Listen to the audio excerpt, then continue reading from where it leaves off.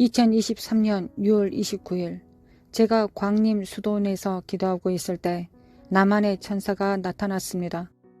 제 앞에 서 있는 것을 보았습니다. 그는 남한에서 일어날 일에 대해서 제게 말하기 시작했습니다. 지금부터 제가 여러분과 공유하는 것은 그 천사로부터 들었던 모든 말입니다. 제가 받은 그대로 정확하게 전달해 드립니다. 이것이 성경에 기록된 방식이었습니다. 성령님께 메시지를 받으면 그대로 기록하는 것입니다.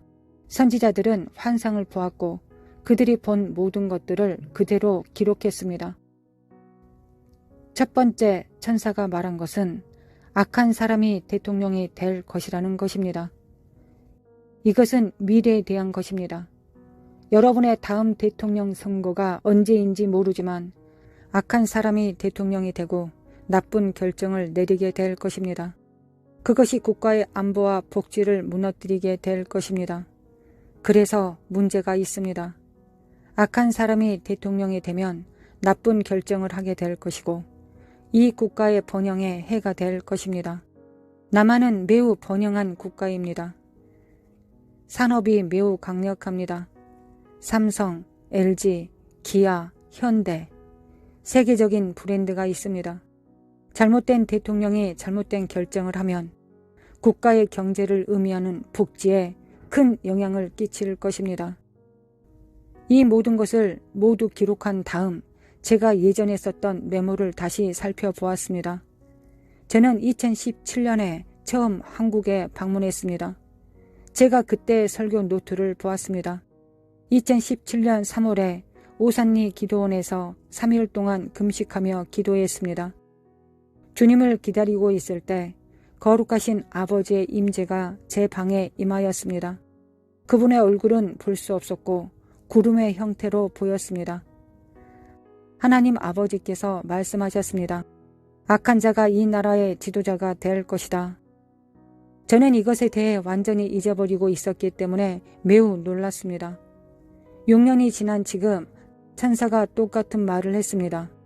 악한 자가 대통령이 될 것이다. 그것은 이 일이 일어날 것이라는 의미입니다. 두 번째, 그런데 교회는 상관없다는 태도를 가지고 있습니다. 우리나라에서 무슨 일이 일어나든지 상관없다고 말합니다. 나라가 번영하든지 번영하지 않든지 나와 상관없다고 합니다. 나라가 영적으로 성장하든지 성장하지 않든지 상관없다고 말합니다. 워십팀과 박 목사님 딸이 북한과 통일되는 것에 대해 아름다운 찬양을 했습니다. 남한과 북한이 통일되든지 되지 않든지 상관없다고 말합니다. 이것이 남한교회가 가지고 있는 태도입니다. 상관이 없다는 것입니다. 디모데전서 2장 1절과 2절에 사도 바울은 정부를 위해 기도하라, 임금을 위해 기도하라고 했습니다. 예전에는 임금이지만 지금은 대통령입니다. 어떤 나라에는 수상이 있습니다. 왕을 위해 기도하라고 말합니다. 모든 권위자들을 위해 기도하라고 말합니다. 여러분이 잘못된 사람을 선택하면 국가가 추락하게 될 것입니다. 세 번째, 잘못된 대통령이 국가가 포로로 사로잡히게 할 것입니다. 종교의 자유를 잃고 노예가 될 것입니다. 2017년 3월 13일 주님의 말씀이 제게 임했습니다. 지도자를 얻게 될 것인데 중국에 정렬되는 자가 될 것이다. 남한이 북한과 합류하게 될 것이다. 조금 전에 북한과 남한이 하나 되는 찬양을 했습니다. 박 목사님 딸이 영어로 찬양했을 때 반복되는 단어가 나왔습니다.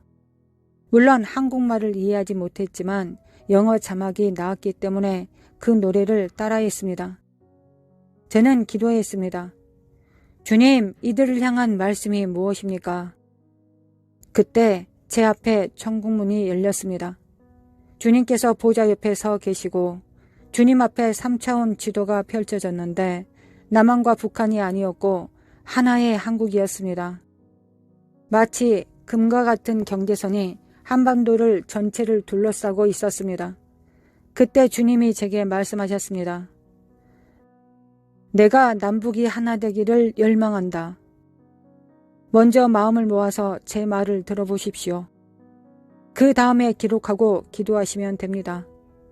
주님께서 3가지를 보여주셨습니다. 여러분이 기도할 수 있도록 알려드릴 것입니다. 주님이 말씀하셨습니다. 남한과 북한이 하나가 되는 것이 나의 뜻이다. 그런데 악마가 나의 때가 되기 전에 미리 그렇게 하지 못하도록 하고자 한다. 저는 2017년 예전 설교 노트를 보았습니다. 악한 자가 대통령이 되면 중국에 정렬될 것입니다. 아시다시피 중국은 북한에 엄청난 영향력을 가지고 있습니다. 둘 다 공산주의 국가이기 때문입니다. 그 가운데 남한이 북한과 하나가 될 것입니다. 그런데 그것은 악마의 계획입니다. 이 일이 일어나면 남한도 공산주의 국가가 될 것입니다. 여러분들은 노예가 될 것입니다. 종교적 자유를 잃게 될 것입니다. 모든 자유를 잃게 될 것입니다. 지금 홍콩에서 일어나는 일을 보면 알 수가 있습니다. 주님이 그것을 계시하셨을 때 저는 환상을 보았습니다. 거대한 짙은 녹색 용이 나타났습니다. 개구리와 같은 녹색입니다. 그 용이 북한에 있었는데 왼쪽 앞발을 남한에 두고 천천히 끌어당겨서 북한으로 합류시키고 있었습니다. 이것이 하룻밤에 일어나는 일은 아니지만 천천히 일어날 것입니다. 조금씩 끌어당겨 하나가 되게 합니다. 이것이 악마의 계획입니다. 하나님의 계획은 그분의 때에 일어날 것입니다. 앞에 나온 3번째 그림은 여러분의 정부가 북한과 합하려는 것입니다. 그것은 사람의 계획입니다. 3가지 계획이 있습니다. 하나님의 계획, 악마의 계획, 사람의 계획. 사람의 계획은 하나님과 악마 사이에 있습니다. 악마는 사람에게 영향을 끼칠 수 있습니다. 하나님은 사람에게 영향을 주실 수 있으십니다. 이 사람에게 누가 영향을 주느냐에 따라서 이 사람이 좋은 결정이든 나쁜 결정이든 하게 될 것입니다. 그래서 잘못된 지도자가 선택되면 잔인한 사람들에 의해서 둘러싸여지게 될 것입니다. 정부의 지도자들은 도둑질하고 죽이기 위해 올 것입니다. 에스겔 21장 31절에서 볼 수 있습니다. 남한의 천사가 모든 것을 저에게 전해준 다음 우리 천사들은 이라고 말했습니다. 그가 그렇게 말했을 때 저는 그 천사장 밑에 수백 천사가 있는 것을 보았습니다. 이 천사들은 하나님이 보내셔서 우리를 보호하는 천사들입니다. 이 나라에서 하나님의 사람들을 보호하는 천사들입니다. 그가 말했습니다. 우리 천사들은 교회의 무정한 상황에 애통하며 울고 있습니다. 무정하다는 것은 어떤 것에 대해 공감하지 못한다는 의미입니다. 무정함의 간단한 정의는 나는 상관하지 않는다는 것입니다. 하나님의 천사가 교회의 무정한 상태에 대해 울고 있었습니다. 왜 교회가 무정함으로 가득 차게 되었을까요? 8가지 이유가 있습니다. 첫 번째, 부가 여러분을 타락시켰습니다. 두 번째, 교만이 그들의 자아를 크게 만들었습니다. 세 번째, 우리를 이길 수 없다. 우리는 타락하지 않았다. 우리는 순전하다. 사회의 모든 부정에 대해서 면역력이 생겼습니다. 그들은 슈퍼 크리스천이라고 스스로 느낍니다. 네 번째, 바리새인들처럼 자신 안에 있는 악과 잘못을 보지 못하게 되었습니다. 다섯 번째, 내면이 얼마나 추악한지를 보지 못합니다. 옷이 좀 먹고 있다는 것을 보지 못합니다. 일곱 번째, 그들의 모든 의로움이 하나님 앞에서는 더러운 옷처럼 보여집니다. 여덟 번째, 7가지의 영역으로부터 도망가십시오. 도망가십시오. 진노가 임하고 있습니다. 변화하십시오. 회개하십시오. 하나님의 의로움으로 돌아오십시오. 누가복음 3장 7절에 진노가 임한다고 기록되어 있습니다. 회개하지 않으면 하나님의 진노에 들어가게 됩니다. 이것이 교회의 무정한 상태에 대한 8가지입니다. 이것이 한국 교회의 무정한 상태에 대한 8가지입니다. 제가 잊고 있었다가 기억이 나는 것이 있는데 한 가지 더 남한과 북한에 대하여 보여주신 것이 있습니다. 하나님께서 남한과 북한이 하나 되게 하셨을 때 여러분이 중국과 연결되어 있었습니다. 하나님의 바람은 우리를 화살로 사용하셔서 중국에 영향을 주는 것이었습니다. 많은 황금 화살이 한국에서 중국으로 날아가고 있습니다. 여러분을 사용하여 중국의 부흥을 가져다 주는 것이었습니다. 이것이 하나님의 계획입니다. 그런데 악마도 또 다른 계획이 있습니다. 우리를 타락시키고 우리를 노예화시키는 것입니다. 더 이상 잠자고 있는 기독교인이 되면 안 됩니다. 아멘. 더 이상 자면 안 됩니다. 일어나야 합니다. 일어나십시오. 일어나십시오. 아멘. 이제 여러분이 빛나는 갑옷을 입을 때입니다. 영적 전쟁을 해야 합니다. 더 이상 잘 시간이 없습니다. 여러분의 적들의 나라가 여러분들을 향해 악한 계획들을 가지고 있습니다. 이 나라의 전략적인 곳에 미사일이 날아오도록 이미 프로그램화 되어 있습니다. 미사일이 타겟으로 하는 그런 전략적인 곳이 어디일까요? 첫 번째, 대통령 관저입니다. 두 번째, 국가 방어 시스템입니다. 세 번째, 재정기관입니다. 네 번째, 제가 환상으로 보았는데 미사일이 남한으로 날아올 때 중요한 물 저장소인 조수지들이 타겟이 되었습니다. 미사일이 공중에서 터지는데 미사일에서 작은 폭탄들이 나와 그 물들로 떨어졌습니다. 화학 폭탄입니다. 목적이 무엇입니까? 모든 식수를 오염시키기 위한 것입니다. 더 이상 식수가 없어지게 되는 것입니다. 모든 식수에 독이 있게 됩니다. 이것이 우리를 향한 적국의 계획입니다. 그래서 나라를 덮는 기도로 하나가 되어야 합니다. 실제 적은 악마입니다. 악마가 사람처럼 나타나지는 않습니다. 그는 악한 지도자를 사용합니다. 악마는 항상 이스라엘을 멸망시키기 원합니다. 에스더서를 읽으면 하만이 악마의 종이 되어서 쓰여지게 됩니다. 신약 성경을 보면 악마가 한 악한 헤롯 왕을 사용합니다. 아기 예수님을 죽이기 위해 많은 아기들을 죽입니다. 출애굽기 1장을 보면 악마는 한 명의 악한 바로 왕을 사용하여 모세를 죽이기 위해 모든 아기를 죽입니다. 요한복음 10장 10절에 예수님이 말씀하십니다. 적은 한 가지 계획이 있는데 죽이고 멸망시키고 도둑질하기 위해서 옵니다. 악마는 악한 사람을 사용합니다. 죽이고 멸망시키고 도둑질하기 위해 악한 지도자, 악한 왕을 사용합니다. 남한을 향해 이 모든 것들이 계획되어질 때 남한의 천사장이 저에게 질문을 했습니다. 어떻게 교회가 자고 있습니까? 어떻게 이렇게 눈이 멀어 있습니까? 왜 그렇게 하고 있습니까? 너무 교만해져서 하나님이 우리를 버리지 않으실 것이라고 생각합니다. 그것은 잘못된 확신입니다. 구약 성경을 보면 이스라엘이 하나님을 멀리할 때마다 하나님의 임재가 그들로부터 떠나간 기록들이 많습니다. 하나님의 영광이 그들로부터 떠나갑니다. 이 특별한 상황은 에스겔 10장에 나옵니다. 하나님의 영광을 가져오는 케루빔이 떠나갑니다. 떠나가기 전에 예루살렘 성전에 이카보드라고 말합니다.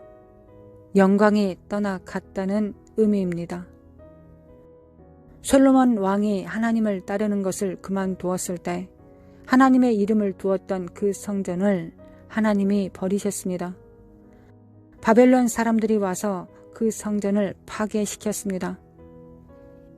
이것이 신약 시대에는 일어나지 않을 것이다 라는 생각으로 속지 말아야 합니다. 계시록 2장과 3장을 읽어보면 예수님께서 에베소 교회에게 이렇게 말씀하십니다. 회개하라. 첫사랑을 가지지 않으면 내가 내 촛대를 그 자리에서 옮기리라. 촛대는 무엇입니까? 성령님의 임재입니다. 내가 임재를 없앨 것이다. 또 3장의 빌라델피아 교회에게 이렇게 말씀하십니다. 너의 면류관을 지켜라. 아무도 내 면류관을 빼앗지 못하게 하라. 이 면류관은 무엇입니까? 구원받아 천국에 간 사람들에게 주는 생명의 면류관입니다. 만약 그 면류관을 빼앗기면 우리의 구원을 못 받게 된다는 뜻입니다. 신약 성경에도 그러한 많은 경고의 메시지들이 있습니다. 성경은 매우 분명합니다. 신약 성경에서도 구원을 이룰 수 있다고 기록되어 있습니다. 그러면 어떻게 내가 보호받고 있기 때문에 내 주변의 경계에 어떠한 위협도 없을 것이다 라고 말할 수 있습니까? 오직 하나님의 은혜가 여러분의 경계를 지키십니다. 아멘! 여러분의 군대가 아닙니다.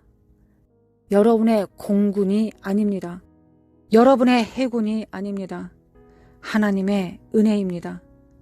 남한에 많은 기도하는 기독교인들이 있기 때문입니다. 많은 기도원이 산에 있습니다.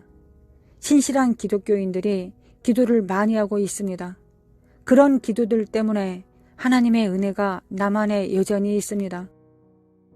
그리고 나서 천사가 말했습니다. 남한에 에돔의 나라에 말했던 것처럼 하나님의 말씀을 전하고 있습니다. 에돔에 관한 하나님의 말씀은 무엇입니까?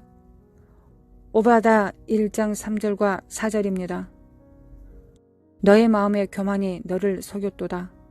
바위 틈에 거주하며 높은 곳에 사는 자여, 내가 마음에 이르기를 누가 능히 나를 땅에 끌어내리겠느냐 하니, 내가 독수리처럼 높이 오름에 별 사이에 깃들일지라도 내가 거기에서 너를 끌어내리리라. 여호와의 말씀이니라. 아멘.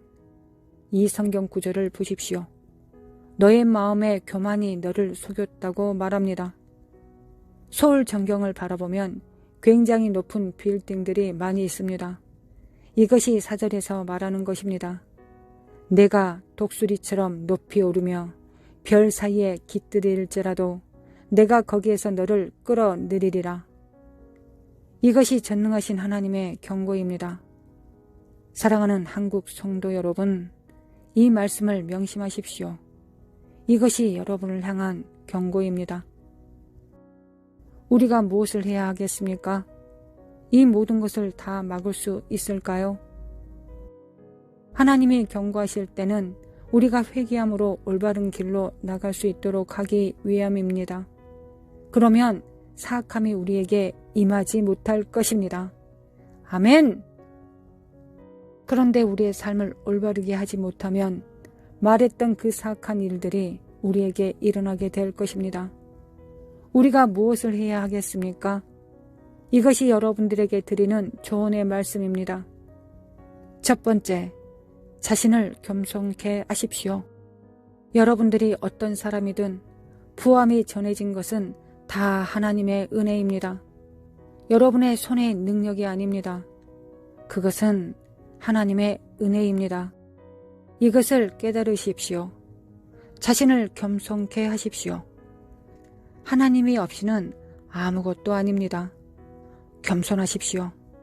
모든 싸움을 버리십시오. 모든 분쟁을 버리십시오. 모든 험담을 버리십시오.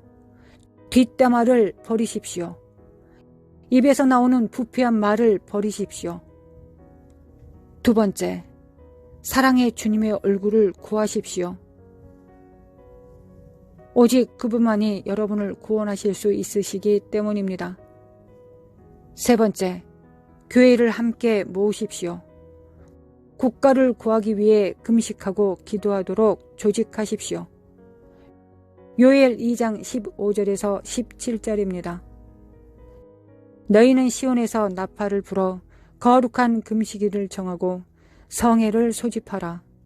백성들을 모아 그 모임을 거룩하게 하고 장로들을 모으며 어린이와 젖먹는 자를 모으며 신랑을 그 방에서 나오게 하며 신부도 그 신방에서 나오게 하고 여호와를 섬기는 제사장들은 낭실과 제단 사이에서 울며 이르기를 여호와여 주의 백성을 불쌍히 여기소서 주의 기업을 욕되게 하여 나라들로 그들을 관할하지 못하게 하옵소서 어찌하여 이방인으로 그들의 하나님이 어디 있느냐 말하게 하겠나이까 할지어다.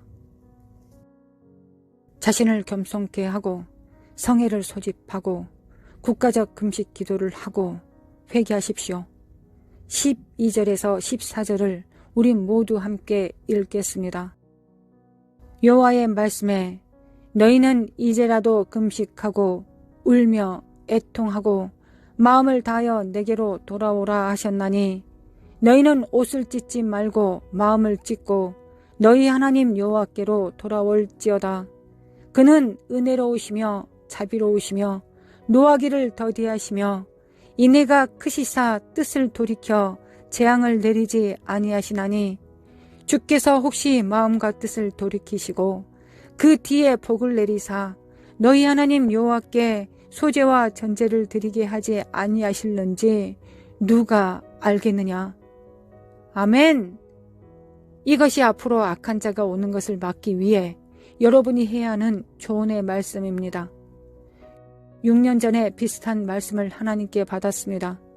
하나님께서 여러분에게 한 번 더 남기셨습니다. 함께 금식하고 기도하십시오. 이 기회를 놓치면 악한 지도자가 올 것입니다. 하나님의 마음은 남한을 향한 사랑으로 가득 차 있으십니다. 그러나 남한만을 위한 것이 아닙니다. 북한의 많은 순교자들 때문에 그 순교자의 피가 땅에서 울부짖고 있습니다. 하나님이 그 순교자의 기도에 응답하실 것입니다.